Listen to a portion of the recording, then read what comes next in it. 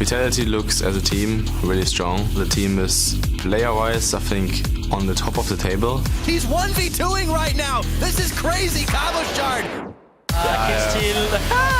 Lucian is back up. We can end. Big knockup, a huge chunk of damage, and it's all the Nexus. They all seem to have taken a break, or I don't know, but at least they're not playing good. They get really carried by Lulu comp, which is like the best comp they play. Definitely won't. I don't even get the dragon. The swap as of now is like not working out, but they're obviously working on that. Paravi will be falling, and G2 collect the win against Origen. This could be the biggest steal of the spring split. And now the fight is on. Shook's gone down. I think this game is ours, guys. Trust in yourself, okay? Win this game, okay? I trust you and I love you, guys.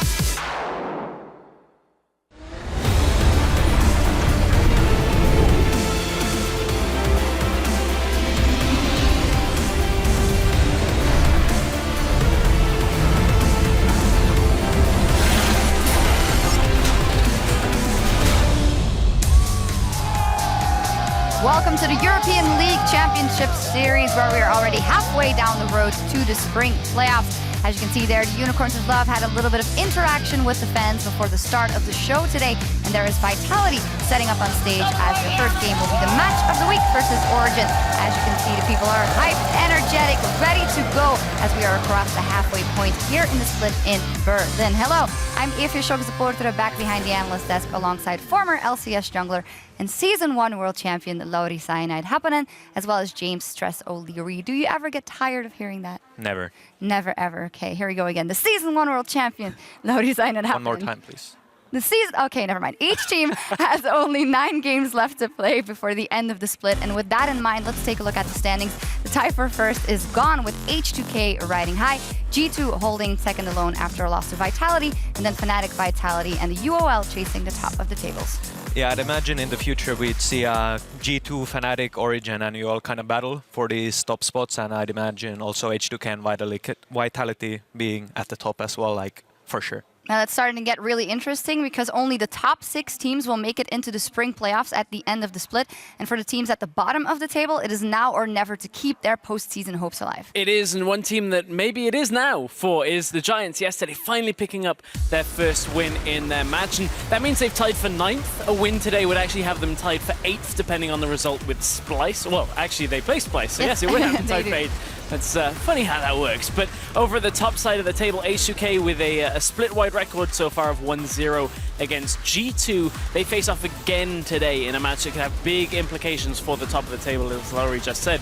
G2, H2K, all the way up there in that mix. Yeah, exactly, because with the playoffs on the horizon, important to remember that more things are at stake besides pride and glory. Championship points and, of course, a ticket to the 2016 Mid-Season Invitational. Well, you mentioned championship points. It's everything that's being played for throughout the entire year. Of course, championship points are accrued throughout the spring and summer split, depending on your placement in the playoffs. And the team at the end of the split, or the end of the season with the most championship points, is going to go to Worlds 2016. Of course, though, spring split does have implications with MSI. The winner is going to go and represent Europe there.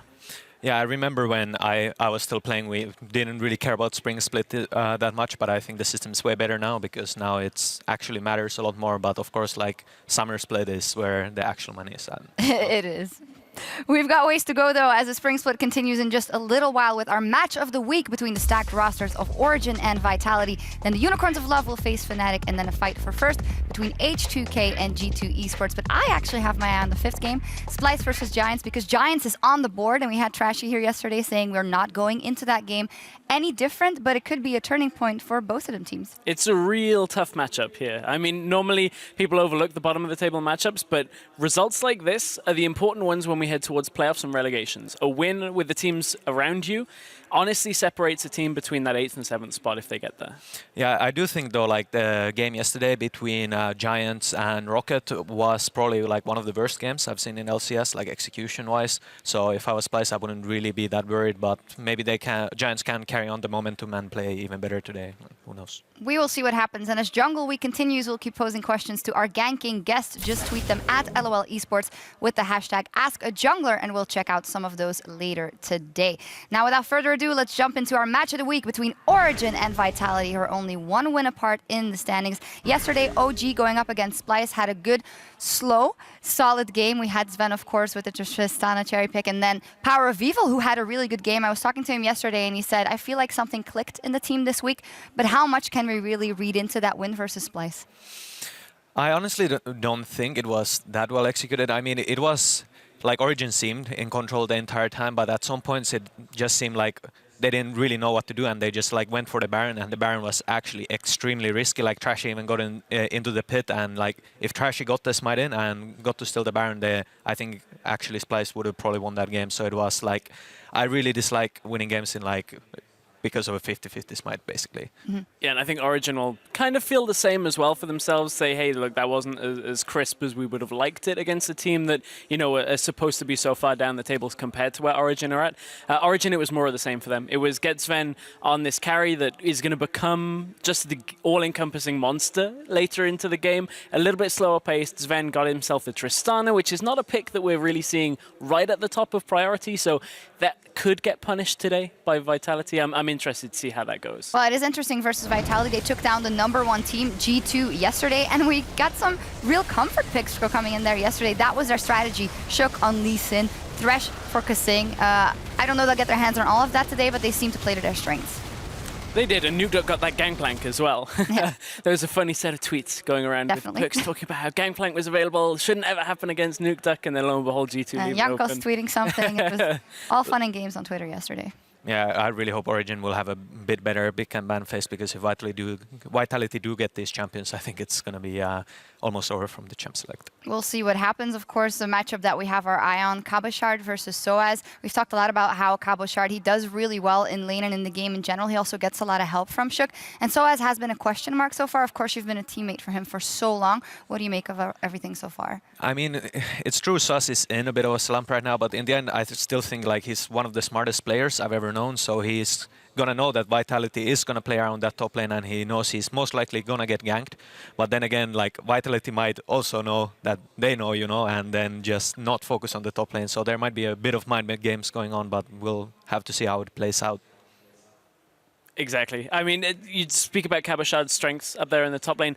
A lot of discussion recently about Soaz, and it's one of these things that when you've been around the scene for so long, I think to expect somebody every single game to be, you know, dominating their competition is fairly tough. Soaz is the kind of player, though, that has gone through these waves, but it just is going to rely on him and the rest of the team taking a step back, fixing maybe some of the issues there. Maybe it's a meta thing. Maybe there's just, you know, something that's not quite clicking with the top side of the map. We know that Soaz has fixed this in the past. We saw how dominant he was at the end of last year, so maybe we can see that again. Yeah, and Signet, of course, you're not playing competitively anymore, and it must become a little bit tedious. I mean, this is something you love, and this is a hobby turning into a job, but still doing it 8, 9, 10 hours a day, every day.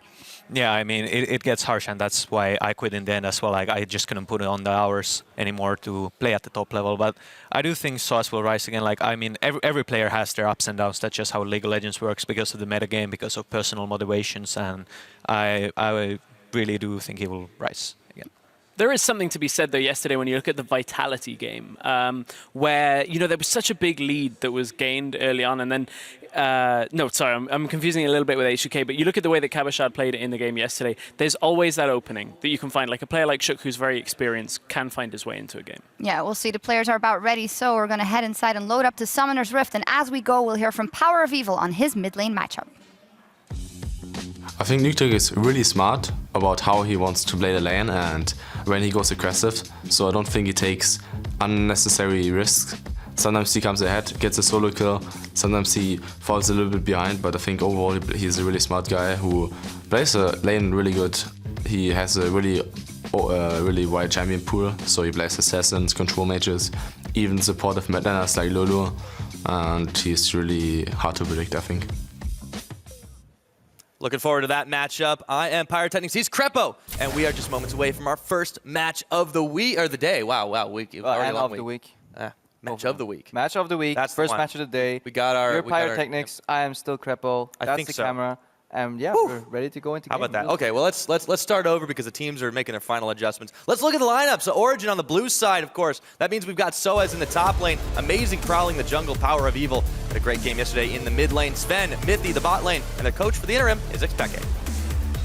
Yeah, and then they're going up against Vitality. Honestly, looking better and better every weekend when we see them play. With a risky draft yesterday in the top lane, Kabashar, the man that always gets ahead, with the help from Shook, the jungler, Nukeduck in the mid lane, Hjarnan on AD carry, support is still Kasing, and coached by Shant, who intentionally left a ban open by essentially banning a Kali yesterday. Yeah. Interesting. Not a strat we always see, but it allowed them to take 2 power picks. The Fiora and the Gangplank were both left open as a result. It was a really, really fantastic result as well. Kabashar had actually only played Fiora once, didn't particularly shine on it in that game, I believe. He basically didn't do what Kabashar usually does, which is Yeah. get a massive CS lead with the help from Shook.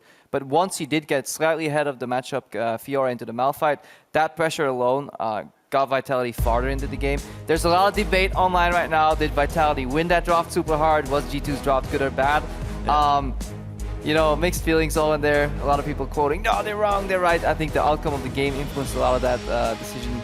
But either way, it was a bold strategy. It was planned, and it did pay off. So Shans and Nukeduck even came out and said that they took hours, you know, working on that draft, and eventually they got what they wanted, and that's what you want in League of Legends. It looked a lot crisper. Origen, a team that started to come together a little bit more too, started their week off with a win. Both these teams looking to add one more to that tally. So the Lulu, Fiora banned away on Origen's side. The Alistar is banned away by Vitality here. We'll see what's next. Yeah, what I wonder is just where is this Gangplank ban fitting in, pretty much? Is Origen going to do it as a third ban? Or otherwise they were pretty much obliged to first pick it? Because, I mean, many players have come out and said that Nukeduck is one of the better Gangplank players, if not the best in the West, and that's why Origen just now have banned it as their third ban. Yeah, but what's interesting is we see no AD carries banned away, nor the Jungle Graves AD carry choice, and of course with Kabashard you've got Lucian mixed in there as well. There's the first, it's the Kalista. With the Alistar banned away, it's still popular but a little less powerful in conjunction. They don't want to give it up as a first pick, so probably expect the Lucian here, don't you think? Yeah, we can definitely see an early Lucian being picked up here, as you correctly predicted, because obviously once you start hitting those power picks, that leaves Corki open though on the side of Vitality. They have both supports to choose from. Allegedly, or people were thinking yesterday, you know, why didn't they ban the Alistar? Because then only Thresh is available, because Braum was off the table too, and then some of the stronger supports. Look at the jungle. Obviously, we see Shook hover it right here. Nidalee has been rising in appreciation from a lot of teams, and myself included, mostly because people have taken a slightly different approach to her and just take a very farm-centric playstyle where when the enemy jungler goes for a level 3 clear into gank, you basically keep clearing. If that gank fails, you put yourself so far ahead in terms of clear speed that you'll be level 4.5 when he's about 3.2, and then you just so far ahead of the curve that you will win the duels and you take control of the enemy jungle and use vision. That's why Nidalee has been rising as a power pick. Yes, indeed. And for Shook, it should play right up his preferences. We know he does like to go a little bit ham sometimes, but as you mentioned, there's a lot of late game possibility here. The Corki's also picked up.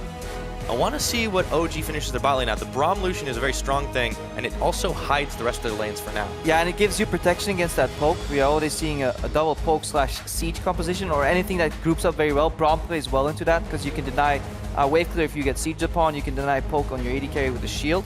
If you look at Vitality right now, I like the choice for Nidalee on Shook, because Nidalee is a really good shadowing jungler. She can kind of find the enemy jungler and then 1v1 and keep him busy, and that can enable later on Kabashar, who may get the last pick here on Vitality's purple side, especially if we see Power of Evil locking that Ahri. Then it's very easy for Vitality. Pick Nukeduck's pick right now, wait for Kabashar for the last rotation, and then suddenly Vitality have a really easy draft.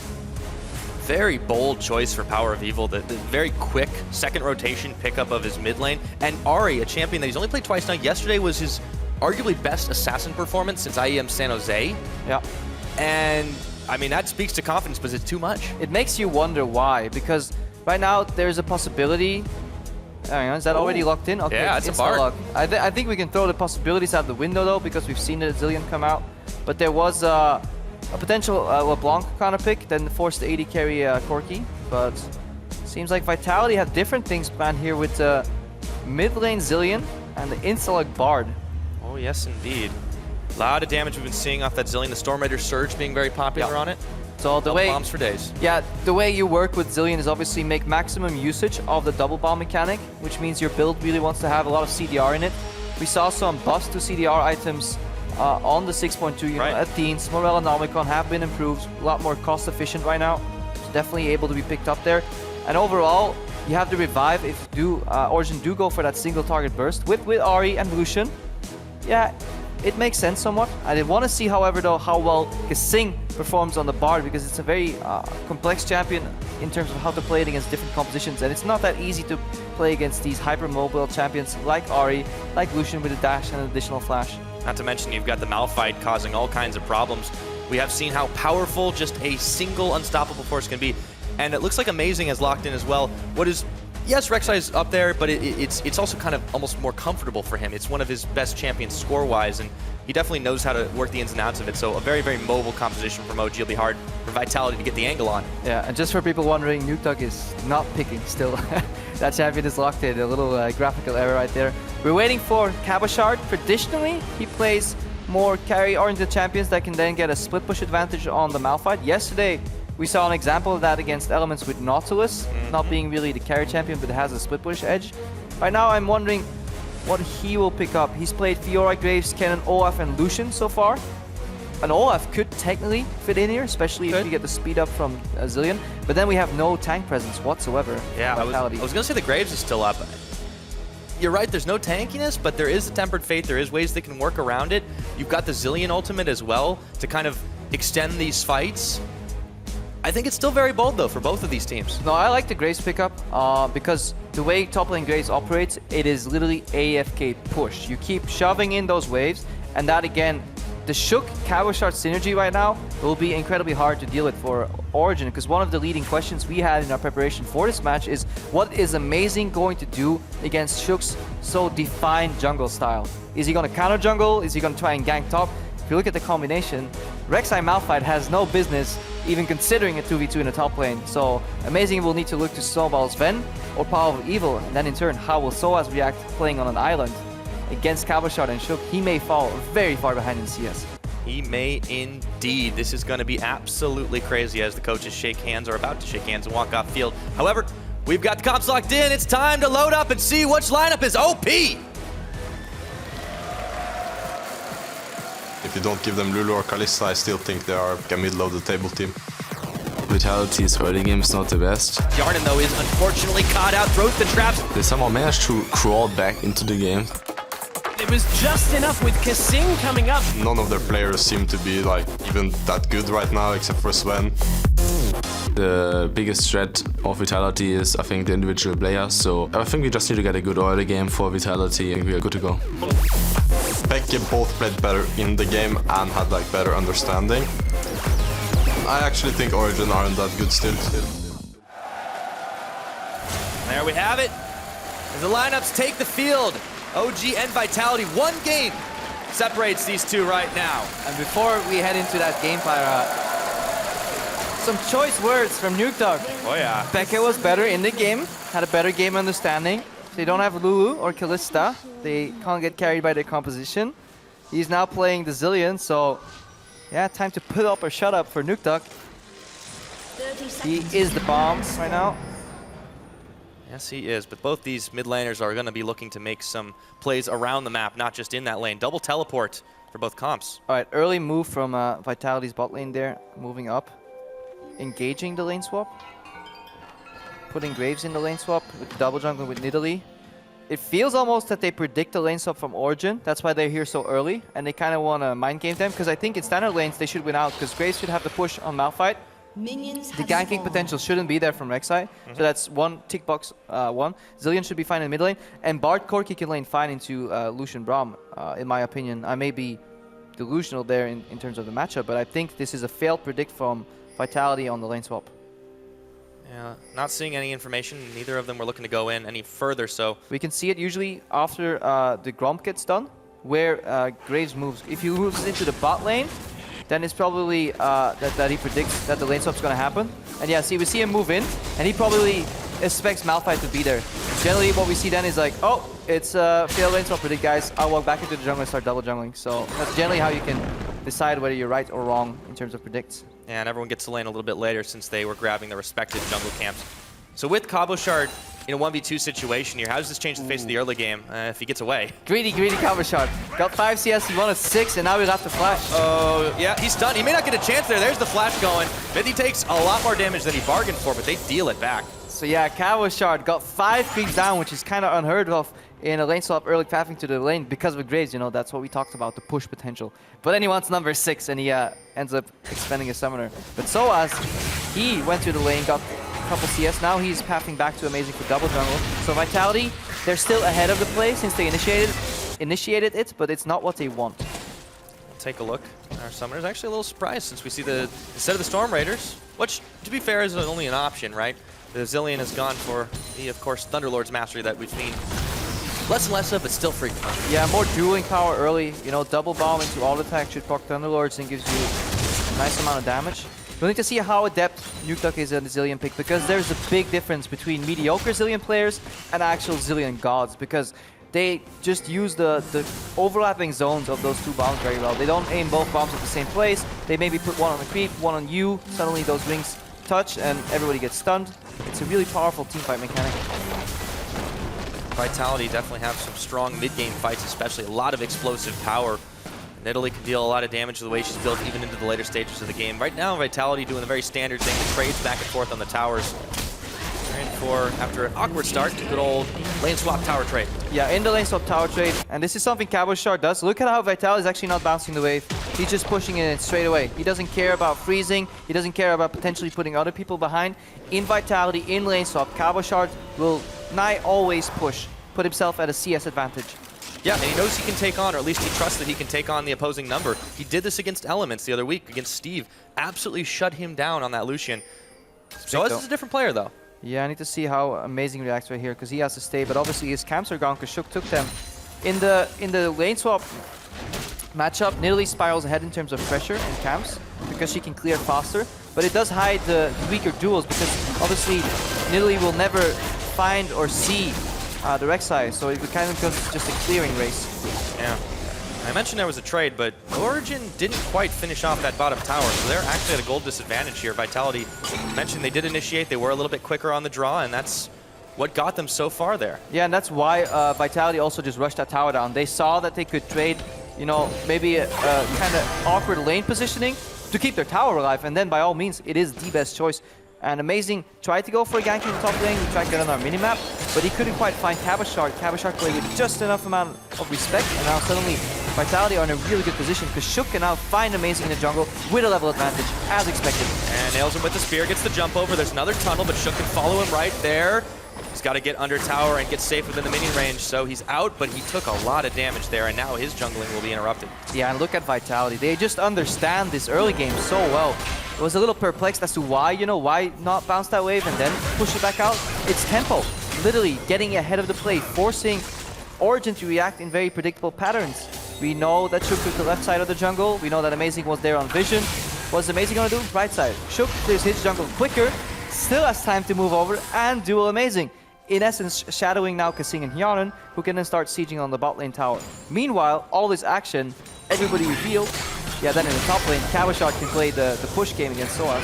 So aggressive in all of these lanes right now. You can see Yarnan's going to have to push back for just a second, but still he's got all those healing shrines available to him.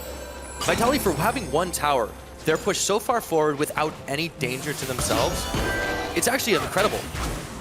Yeah, and right now we should see pings come out on Amazing because he just passed a ward there on the minimap. You could see Cabochard immediately backs off. We're praising Vitality right now, but they need to force something more though. If they don't really find another tower go down or make another pick, then Soaz will hit critical mass on level 6. He can teleport in and do a lot more than the Graves with that targeted CC. And that's why Vitality looks to be setting up a dive here. Maybe teleport from Cabo. There's a teleport from Cabo coming in on that warded rush. They don't know it's coming until right about now, but that is going to be Soaz coming level in. 5. Level 5 does not have his ult. Sven and Mythi are going to have to crazy outplay this, but that was enough to deter the action from Vitality. Yeah, because if you look at the top lane right now, the minions right there, it's an empty lane, but it's going to push back. It's going to bounce towards Vitality. So if you trade teleports evenly, and you can back off, and everything goes back to even steady waves, suddenly a big wave will mass up in the top lane. So Origen only have one choice. use that wave for pressure, see if they can force something somewhere else on the map. Vitality, they just lean back, go back into their jungle. Shook starts clearing again, and Cabo, he pass stop to later pick up that juicy farm. Cabo continuing to get that pressure on. He's actually a little bit behind in farm compared to Soaz, but that's because of the early teleport and the fact that he had to back off due to Amazing coming up. It's really not all that significant to start things off, but that 800 gold has really made a big difference since Vitality's been able to keep the pressure on this bottom side for so long. No need to really take any neutral objectives, but you're right, they do need to start trying to get more catches and picks before Soaz is able to do a whole lot. His teleport will be down for a while, but Power of Evil's 7. Curious to see how they continue to push this aggression. I mean, the numbers say that he's behind, but that's without calculating just right here. You know, we have about 10, maybe 12 range creeps and a couple of melees and a cannon. true. Once he just presses Q a couple of times, that wave will evaporate and Cabochard will have a CS lead again. And right now, it wasn't Shook near him that made it happen, but it was Shook revealing the enemy jungler and Origen unable to really challenge him. They're still hanging on though. Origen kept this 1k gold lead the same from 7 to 8, 8 to 9. Right now 11 to 12. So Vitality will need to see if they can chip away at these towers a little more and find an opening. For this Vitality team, has looked very crisp in most of their games. More of them so than Origen, but Origen yesterday playing an incredibly controlled style, one that we actually considered to be more endemic of this Vitality squad, just the slow burn. And Vitality themselves were a lot quicker on the draw, 32 minutes to beat G2 Esports. Yeah, Vitality came out swinging. I mean, G2 did help them with that poor engage in the mid game, but Vitality was playing a later game-oriented competition too, so they didn't really mind. And yeah, Origen yesterday definitely played slow and secure. One could argue almost too slow. Haven't really talked about this mid lane matchup too much. We see Catalyst finished here into the Abyssal Rush on Ahri, so it looks like Nuktuk has control of this matchup though. Most of the time he's the one pushing. Yeah, a lot of smash talk at the very beginning about these two matching up, but they're definitely looking to make plays on the map with that double TP, but Shook is looking to make plays in Amazing's jungle. Slows down that blue buff take. And I wonder what Nuktuk will be going for. We see the epic duel of wards here. Is Nuktuk going Rod of Ages into the Athenes on Holy Grail? Or Rod of Ages into a tier perhaps? Stack up that Archangels. Very late build. Seen. Yeah, look at how Nidalee is using the enemy jungler and claiming it as her own, while leaving camps up to always retreat to. That is the playstyle you want on Nidalee jungler. You want to get a farm advantage, then out-level your opponent, then duel him. That's what we see happening right here. Amazing is still desperately looking for a gank, but he's constantly being revealed in the early stages of the setup, which means he can't force anything, and so as he's Malphite, so a very predictable engage. Malphite will walk up as he wants to engage. Cabochard has dash and flash. It's becoming very hard for Origen to react to what Vitality is doing to them in the early game. Yeah, we talked about early on, you know, Amazing was the one who needed to be doing the counter jungling to be able to get early pressure and prevent Vitality from doing their aggressive moves. But it's Shook who's been causing all that pressure, and as a result, Amazing can't move without his own jungle without being spotted. Rift Herald down, completely free. There's no way Origen can really get here to contest it. They'd be spotted a mile off. And they're not really getting any counter pressure. Power of Evil was backed, still clear duty for Soaz. Vitality are very much controlling the tempo of this early game. And a signature move right here, the relatively late Rift Herald for Vitality's sake, an early one for everybody else. It just further enhances the strategy that they're using right here. Just makes the base push a little better. He can also hold waves a little easier if Origen decides to group. Kjarnan is still looking towards his first power spike. I mean, Corki does get outscaled by Lucian, obviously, later on. But up to the drive force, that's the strong point where Corki actually wins. So, Vitality, strong early game. Talked to Shans a little bit before the match. He said, in his typical French accent, which I will not attempt to reproduce here, but he said basically 20-minute game. Hang on, Amazing. Yeah, it might be a little quicker than that for just a minute. They immediately take the magical journey, and the TP is canceled from Soaz, so they can breathe a sigh of relief there. But back to Shans. Yeah, Sean said pretty much you can go make a coffee at the start of the game, and it'll still be hot by the time we're finished. So, some bold moves. As we saw that engage there, something cool you can do with Bard is actually overextend for a river pick, because you actually have an additional escape path using the portal always, and nobody can follow. You never chase into a magical journey. That's rule number 1. Yeah, I trust your judgment on that for sure. And now Shook is down to the bottom. They want to get some more aggro before they can push a TP coming in. It's Cabo Shards now, or is it Nuke Ducks? I couldn't quite see Cabo. No, Sven goes down. First blood. Mithy is gonna follow. A double kill for the Graves. That's a hell of a way to get started. But Power of Evil is trying to 1v4. He brought Amazing to the party though, but he goes down. A triple kill for Graves, and the Tempered Fate will mean Amazing's gone now. Green's Wrath knockup, but it's not enough. Nuke Duck takes a kill, and that is a great move for Vitality. Yeah, that's coffee in French, what he did there. Sign language.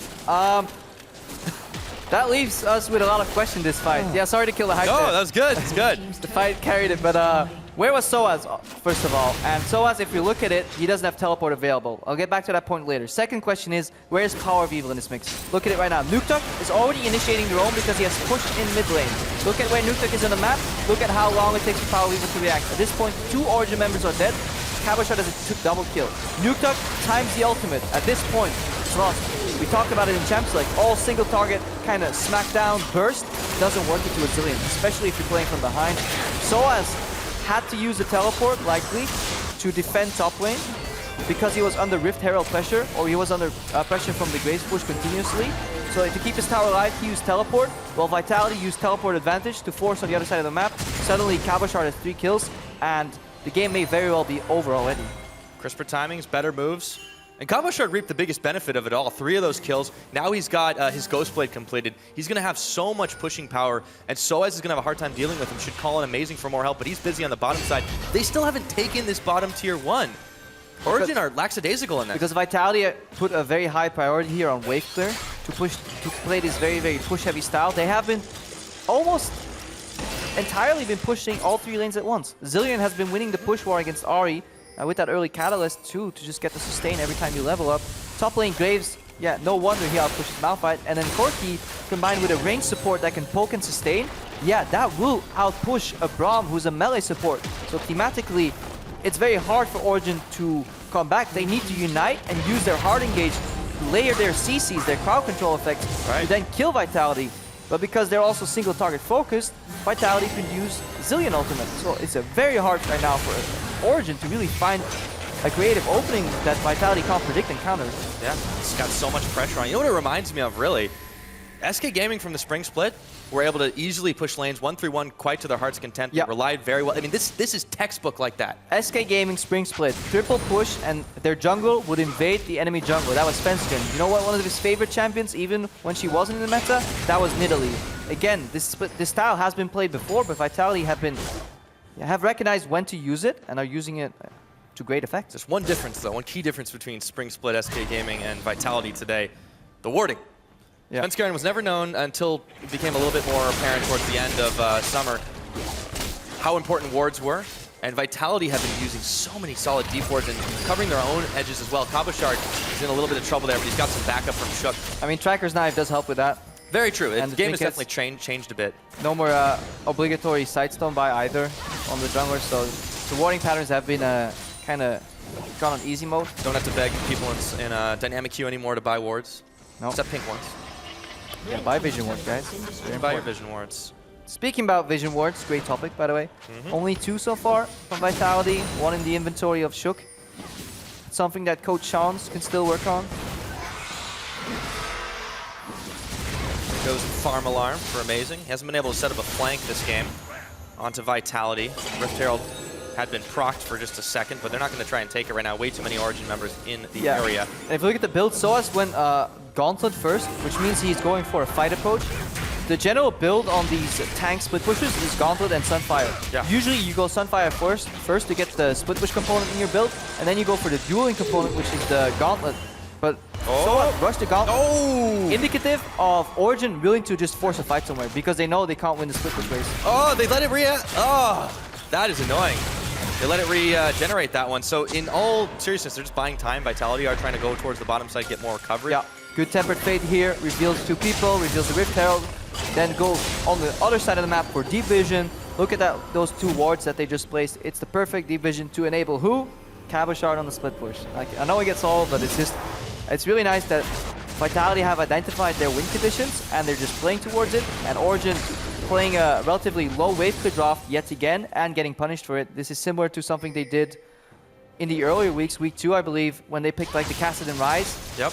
And yeah, they were like, yeah, if we get to a mid-game team fight, we will crush them. Well, the meta right now doesn't allow that. It's turret-centric. It is wave clear, at least push-centric, and Origen's composition lacks a little bit in that regard. Very true. Vitality taking advantage of it. If it ain't broke, don't fix it. That is their motto. Power of Evil and Amazing are trying to hang on to this turret, but there are 4 Vitality members there, and they're going to take a beating. Origen are, rather.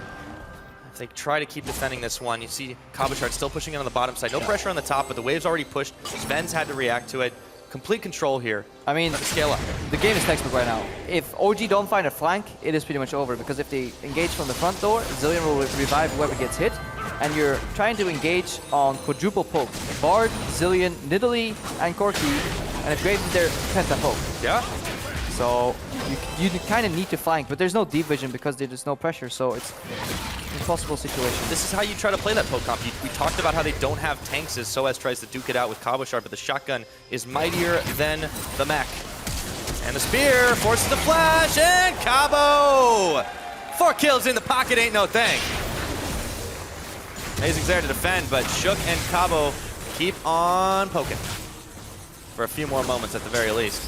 Take a look, it's mid lane as well, still pressure there. It's Sven who's been able to push it up to the top side. Amazing, step too far forward. Shook wants this one, gets the heal on, throws the spear, doesn't connect. Cabo had to back away, taking tower shots. There's the Tempered Fate to stop that. That's how you ohm rack it. Yeah, that's really, really good use twice now from Kasing with the Temper Fate. Not going for the risky play where you don't have max range. Hit it on somebody. Nuketock, a little overextended here. Yeah, he uses his own He ultimate, jukes right? by not moving. Okay. Classic. Sloppy play on both ends there, to be honest, but Nuketock survives, which is the important part, and he's there for wave clear. But looking at the bottom lane, you can see that Origen just... I can't even say that they're not on the same page. I just think they know what they need to do, which is group a layered CC engage, but it's just, it won't happen. Vitality is simply not allowing it. And with this gold lead, OG will not find an opening unless they sneak in a D-port somewhere. Let's watch this again. Cabochard starting to duel with Soaz. At all times, does he know that he wins? Soaz's ultimate's still available, but he knows he just doesn't have damage to commit. Can't do back into the spear. Simple finish. Then they dive Shook and they use the Tempered Fate here to immobilize the turret. Also resets the stacking mechanism, so the next shot that comes out, I believe, is a very weak one again.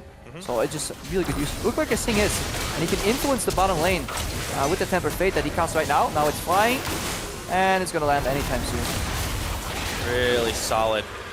Shook managing to pick that kill up as well. So Vitality, another tower knocked down, this time in the middle. They were finally pecking away and got it. Sub 20 minutes into this game. The gold lead is 7,000. 5 towers to 1.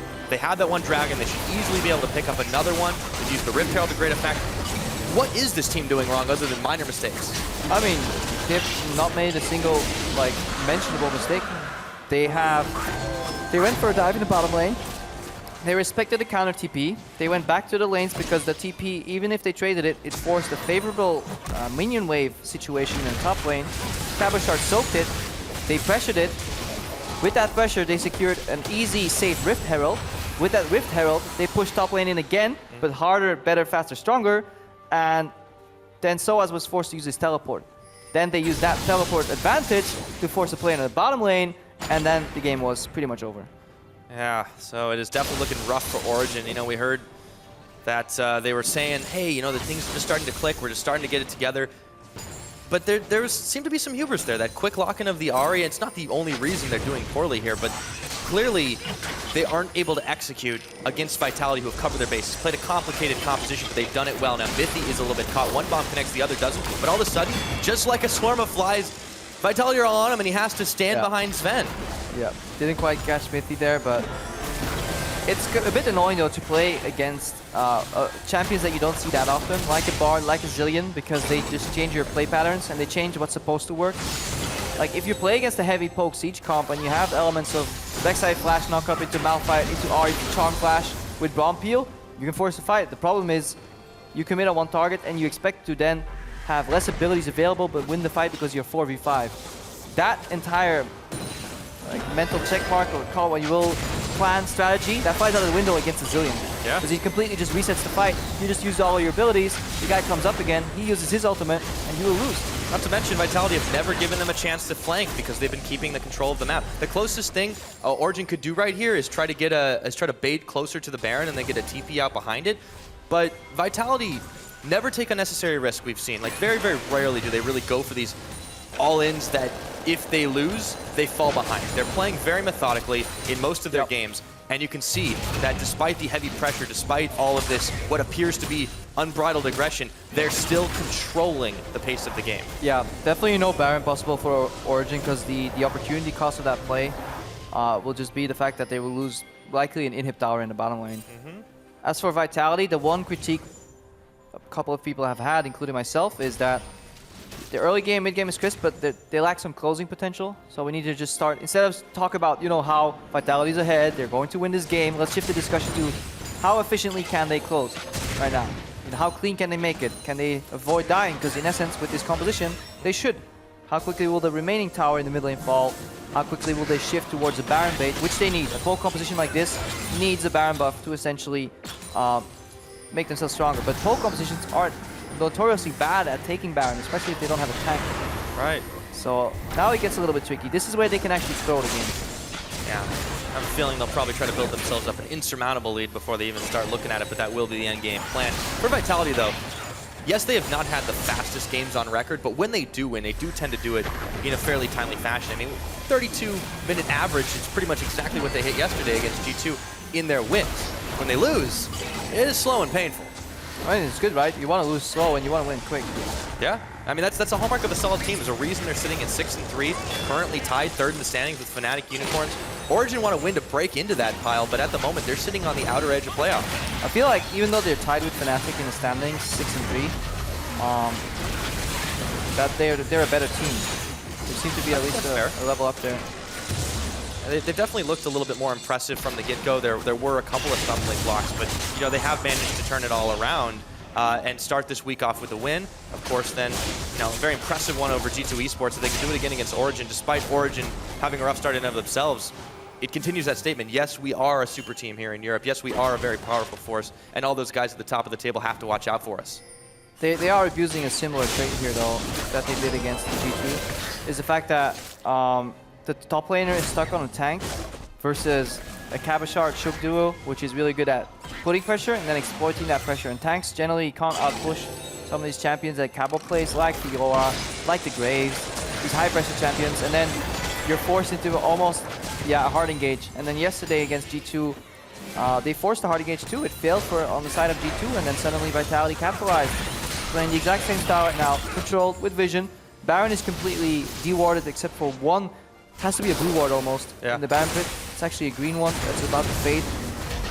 At that point, Baron vision will be gone, and then it becomes a lot trickier for Origen. Taking it all away. Shook with that red buff there. So we've talked about how Origen can get back in, but it's so reliant on Vitality mistakes. The Baron throw, leaving a lapse in vision. What proactively can Origen do realistically here to force those errors and try to come in with a big combination starting with Soaz? Cross map deep vision, force them to shift back to the other side where you just deep visioned, and then force the fight. The problem is Vitality is very mindful of where wards could be. So instead of that, let's just take a look at the builds. You were wondering what is Nuclear going to be. It is actually the Rod of Agents into the Royal Anomicon with CDR boots. It's definitely what you want. You want to max out CDR if you can on Zillion, because you definitely want as many double bomb combos as you can, because it's such an annoying mechanic to play against. And it changes your perception of teamfights if you're a frontliner, because you can actually screw over your backline if you bring the bomb towards them. And especially if you then allow the stun mechanic to happen. You can see Origen also prioritizing pretty heavy magic positions, considering the triple AP damage coming out of Vitality Squad. One Locket already completed, another one probably on the way. Yeah, or a banner. Yeah, well, you could have the banner. It doesn't help Braum as much, but still. It helps the split push, at least setting up pressure in side lanes to maybe force one member of Vitality away, and then we can see hardcore engage. If you look at Cabochard, though, he's building the Maw of Memortius, no longer the Sterix Gauge. And it's really good against his lineup where the engaged components all bring magic damage, which means the passive will proc, he'll get the magic shield, and in addition to that, obviously he will get the life grip passive where you get attack speed, spell dump, and life steal until you're out of combat. Ooh, Mithy did not want to step into that one. He's going to have to throw the Glacial Fissure out. Cabo backing away, takes a little too much here. Mithy's trying to hold strong. And he's able to for now. No one goes down just yet, but it was a close call for him. Vitality looking to try and Baron catch. Meanwhile, Power is making a power move on the mid, but Nuke Duck is there to intercept. Yeah, this is what Origen needs to do. Bait the engage and hope that it fails by Vitality. Swappy engage, Temper's Fate did not connect anywhere. There was no double bomb. Other than that, there's no hard CC on Vitality. And then Origen can cross map. But sadly for them, the tower doesn't fall in the mid lane.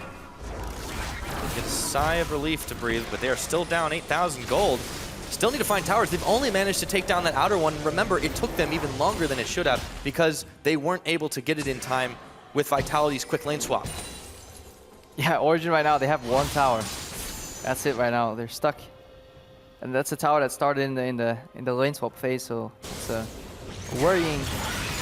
Don't say it. Don't say it. Don't say it. It's A okay. worrying situation. There we go. You saved it. Whew. Worrying habit. Yes, definitely a worrying habit for sure. Shook starting off Dragon number 3 would be for Vitality. Yeah. Or could attempt to steal. It would give them a little bit of a boon here, that 6%. But they don't know what's happening, and they're not about to poke their noses in. Not with Cabochard around the bottom side with that explosive potential he brings to the party. Shook with a little bit of help from Kasing is going to be able to secure this one up. That's number 3. That's a movement speed now. I'm a little disappointed though in Vitality in their closing. Only one sweeper, which means if they get one ward snuck in, they need to wait the full cooldown.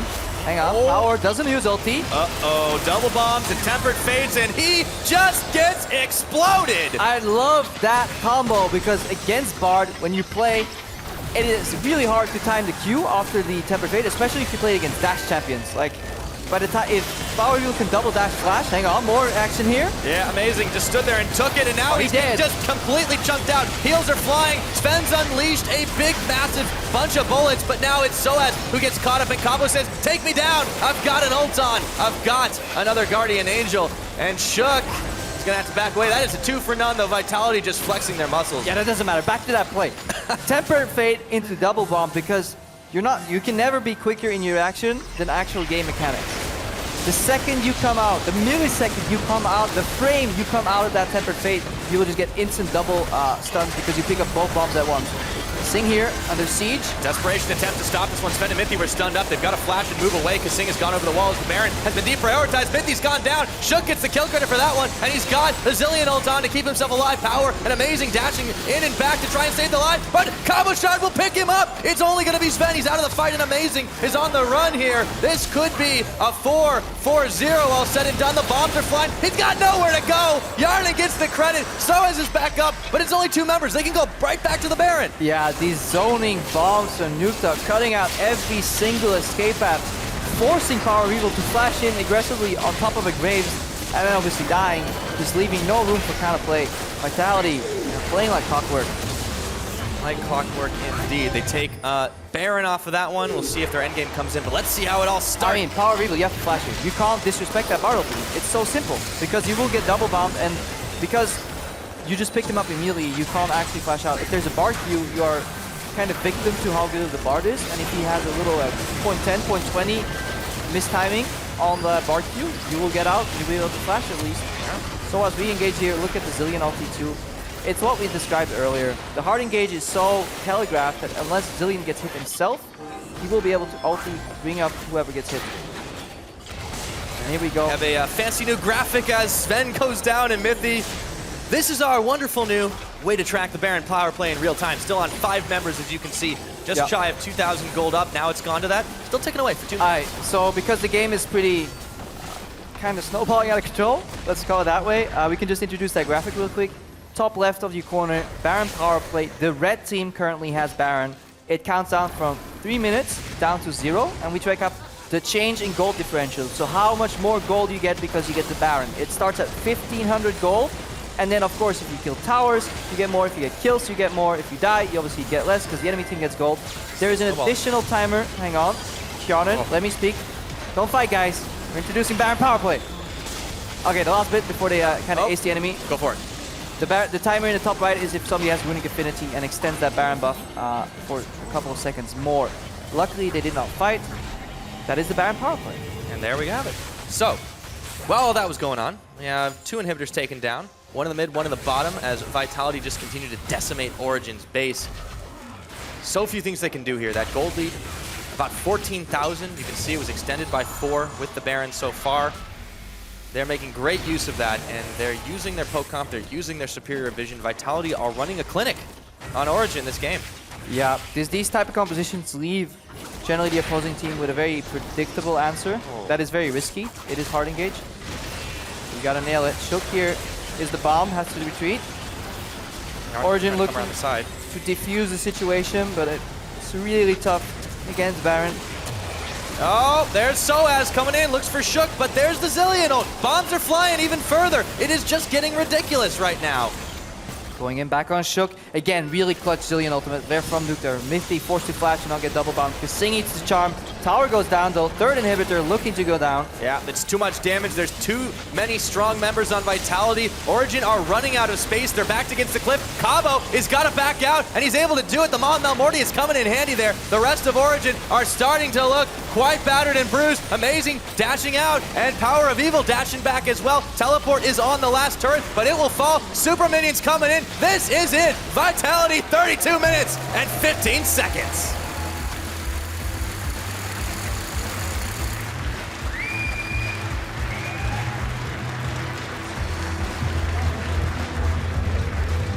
They earned it. Enjoy a nice little group hug all around, but they pretty much hit their average, hit their par, and guess what? They're 7-3 on the split. 7-3 and in an utterly convincing fashion.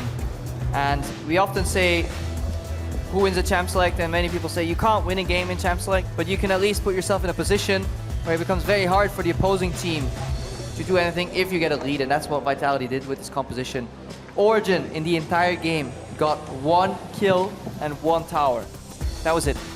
Yeah, really, really rough game for them. But for Vitality, just every role played fantastically. They outclassed this Origen squad. You can see those big smiles. Sean's, well, he talked a little bit of smack, but he backed it up, and his team had him backed up 100% of the way. Vitality ends their week on a 2-0. Yeah, and that Zilean pick, we were all expecting the LeBlanc counter pick because that's usually what we see. In this draft, if it went expectedly, we would have seen the early Ari come out, the counter pick LeBlanc, a forced top laner from Soaz, and then a counter pick from Cabochard, and then they would duel it out, duke it out, see if Shook can camp it. They surprised us all by copying the Zilean. Went for the Thunderlords for the early dueling, did not care about having more power and speed in these late game team fights with the Storm Raider surge. Just pure strength, pure trading potential, won the lane, won the push, which is in essence at this meta game, winning the lane. Absolutely. Push mid, push top, push bot, niddly jungle. Yeah, at that point, it gets rough. Oh, yes, it does. For now, though, we're going to send it to Pulse on stage for some insight into that big VIT win. Cheers, guys. I'm here with Nukeduck after that crushing victory. First off, Nukeduck, at the beginning of the game, we heard in the hype video, you thought OG not that great right now. Would you like to expand upon that, given the result you just had with this game? No, I just think they aren't as good now as they were in their prime form or peak form last season. And yeah, this game doesn't change that much. I think they are better than what they showcased today, but still they have a lot of work to do. How did that translate into game, though? Because you absolutely picked them apart in game, and it was such a fast victory. Was there anything from what you thought about the team that helped you in game today? Not really. I think we just had a pretty solid draft, and I think we played it well too. So it wasn't anything like that. No. Okay, well, is there anything within the team then? Because so far it's been your best week. You've gone and defeated OG, you've defeated a G2 yesterday as well. So has there anything changed in the team environment, or is it just the rest of the league changing around you? I think we got drafts we were more comfortable with this week. So I think both our drafts we had very comfortable comps, and we knew how to play them. So I think that was good, yeah.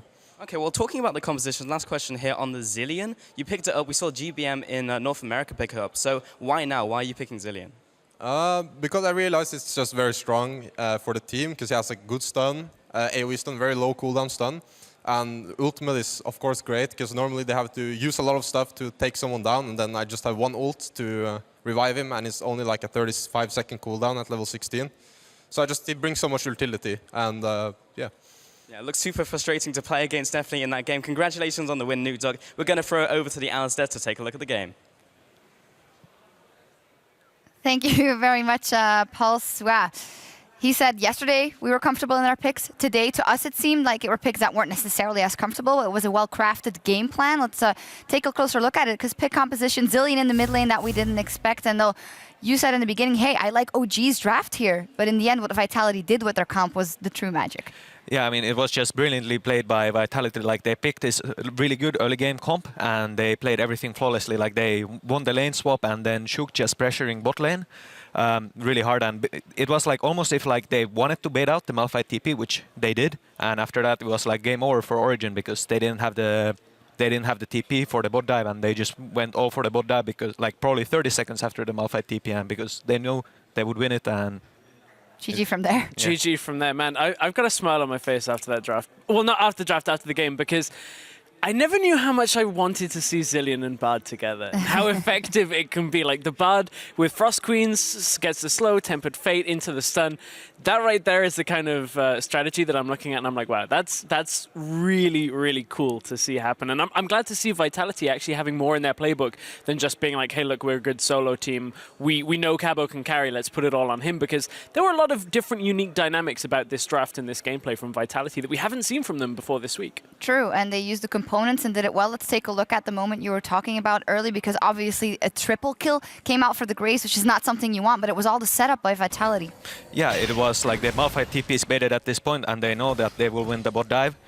They're just like Shook pressuring all the time on Amazing, and Amazing had the base here. The TP coming in from Cabochard, of course, and Power of Evil's TP is a bit late here, but it just like clean wipe from here and just really, really excellently played by Vitality. Before that, were you wondering that Shook was wasting too much time, or did you see this happening? No, I think what he did was really good, because he knows that Nightly beats Rek'Sai early game, and Rek'Sai can't really do anything one-on-one, and since his lanes were pushed in, the like Braum and Lucian can't really help, so pretty much Shook knew he can do anything, and he did everything he wanted, and it just resulted in a win. What you can see, though, from watching Vitality play is they're one of the more comfortable teams that is still running teleport mid lane. A lot of people have moved away from that, now having the freedom to run Ignite or Cleanse. Vitality kind of almost forced Origen to take the teleport on an Ahri that normally is very good at roaming, normally needs the kill pressure from Ignite. Against Zilean, they're never going to kill him because he's got his level 6. But it just, as you were highlighting, Paraveal was a little bit slower on those teleports. Vitality just always faster on the play. And if the numbers are there, they're going to be able to keep people alive with that Zilean as well. Yeah, but I think even if Power's TP was earlier, like if it's too early, then they're just going to back out again, and then they're not going to have any TPs, and their bot lane is not going to farm anymore. And now that it was too late, and even if it was perfectly timed, still Vitality would win that. So it was just, I really don't know what Origen could have done. I don't think they could have done anything, honestly, and I think we need to... TP, yeah. What we need to take from this is that Vitality absolutely crushing this week. 2-0, different comps, very clear game plans on the other side. OG setting apart Splice, but then not being able to bring anything in versus the top teams. But I think that in a different scenario, they hopefully won't get caught out and get 4 kills against them in the first 10 minutes or in that one fight. But do you think that with a little bit of change, they will be able to take on the top teams, or is this a worrying sign? For Origen, I mean, honestly, just look at this game and look what they did and try to like learn from it as well, and then like just copy in a way. Like if someone does something better than you, you copy it, and then eventually you will become better at it, or at least learn how to play against it. I think to see Origen now go against the top teams, the change they have to make is they have to make sure that they have somebody that's reliable outside of Sven. Soaz will have a game where he's performing. Paraveal will have a game where he's performing, but it's not every single game. It's not even in like 3/4 of their games right now. That they need to shore up, and then maybe we can see Origen compete. But against the likes of Vitality, we just saw quite a big disparity. That Vitality, yeah, definitely. That Vitality. Yeah, clear game plan. Fantastic win here from Vitality. We're 1 game in and just getting started here in Berlin. Up next, it is the Unicorns of Love versus Fnatic, so stay right there. 2 whole seconds after. You will never get me there. Okay. I was not close to the wall, you know, right? So you're saying that I was just standing at the wall and not flashing? Okay. Okay. Ben goes down, first blood, Mithy is gonna follow, a double kill for the Graves, that's a hell of a way to get started, but Power of Evil is trying to 1v4, he brought Amazing to the party though, but he goes down, a triple kill for Graves, and the spear forces the flash, and Cabo! 4 kills in the pocket ain't no thing. Let's we don't do shit after it's not working. Look. She's gonna die, she's gonna die, she's gonna die. She's dead, she's dead. Good job, good job. Amazing, dashing out, and Power of Evil dashing back as well. Teleport is on the last turret, but it will fall. Vitality, 32 minutes and 15 seconds.